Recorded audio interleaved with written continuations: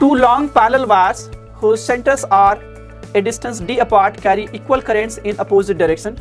If the flux within wire is neglected, the inductance of such arrangement of wire of length L and radius A will be.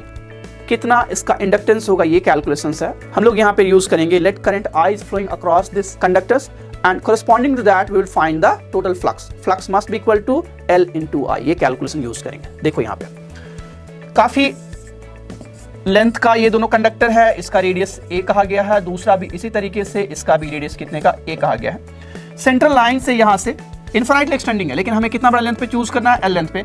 यहाँ से हमने x distance पे एक dx small portion लिखा, तो इसका area हो जाएगा वो होगा L dx. और यहाँ पे मैग्नेटिक फील्ड, करंट यहाँ पे I अगर इधर जा रहा है तो मैग्नेटिक फील्ड इनवर्ट की ओर, तो पहले मैं मैग्नेटिक फील्ड लिख देता हूँ, that is mu naught I divide by 2 pi into x. लेकिन दूसरे वाले पार्ट पे करंट अपोजिट डायरेक्शन में है, सो इसके कारण दोनों मिला के देखेंगे तो यहाँ पे मैग्नेटिक फील्ड सेम ही डायरेक्शन पे होगा और यहाँ से ये डिस्टेंस d माइनस एक्स होगा. इस बार मैं इसको mu naught times I divide by 2 pi d minus x लिख दिया. This is the total magnetic field at a distance x from here. Now how about the area? Area will be simply L into dx. So this will be the flux. We need to integrate this part from x is equal to a to d minus a. इसका integral कहां से कहां तक? a से d minus a तक. Check कर लो क्या answer आता है.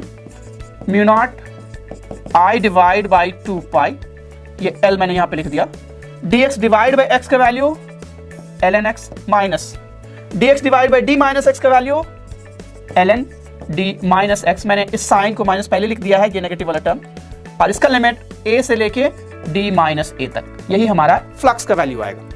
अब हम यहाँ क्या कैलकुलेट करेंगे इस पूरे पार्ट पे?